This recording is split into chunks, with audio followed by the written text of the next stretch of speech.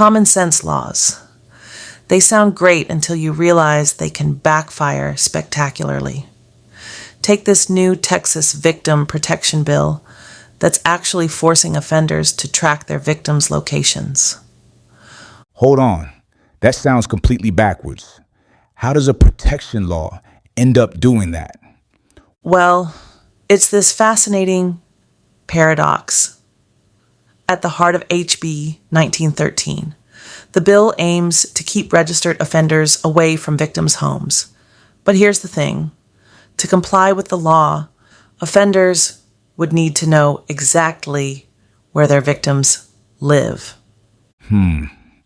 That's deeply concerning. What do law enforcement officials say about this? That's where it gets really interesting. Detective Nancy Wilson, who works as a sex offender registrar, pointed out that police would literally have to keep informing offenders about their victims' whereabouts. It's like creating a legally mandated stalking system. You know, that reminds me of other well-intentioned laws that had completely unexpected consequences. Exactly. And there's this whole other layer of complexity when you look at real-world situations. Like what happens in cases where families have reconciled through counseling? The law makes zero allowances for that.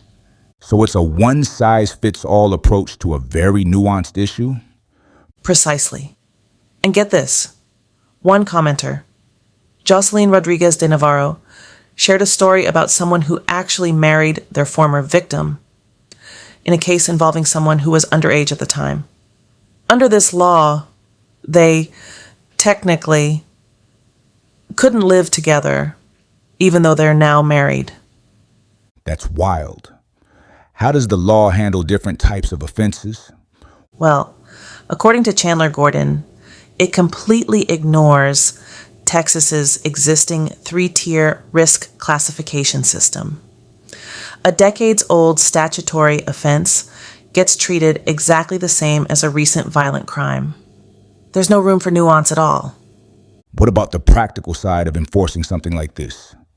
Oh man, that's where it gets even messier.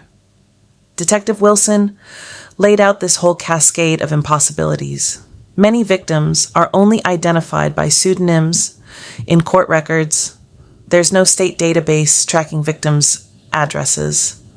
And what about people who change their names through marriage? Sounds like a logistical nightmare.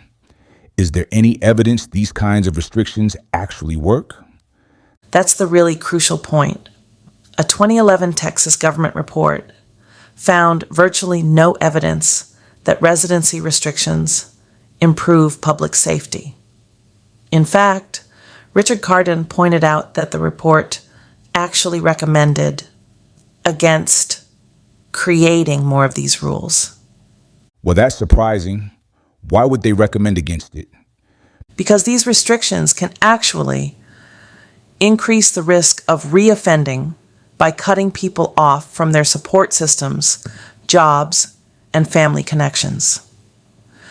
Victor Word emphasized this in his comments, noting that proximity restrictions have been proven ineffective at improving public safety. So we're potentially making things worse while trying to make them better? Exactly.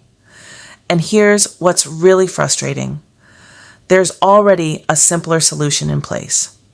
Current Texas law allows judges to issue specific orders prohibiting offenders from contacting or living near particular victims. So this new law isn't just problematic. It's completely unnecessary. That makes me wonder how many other laws we pass based on emotional appeal rather than evidence. That's really the heart of it. We need to move beyond simple feel-good solutions and actually grapple with the complexity of these situations. Because at the end of the day, isn't the goal to create laws that actually work, not just ones that sound good? That's quite a challenge. Balancing public safety with practical reality. And that's exactly why we need to have these difficult conversations and really examine our assumptions. Sometimes what seems like common sense on the surface can actually hide a whole nest of unintended consequences that make everyone less safe, not more.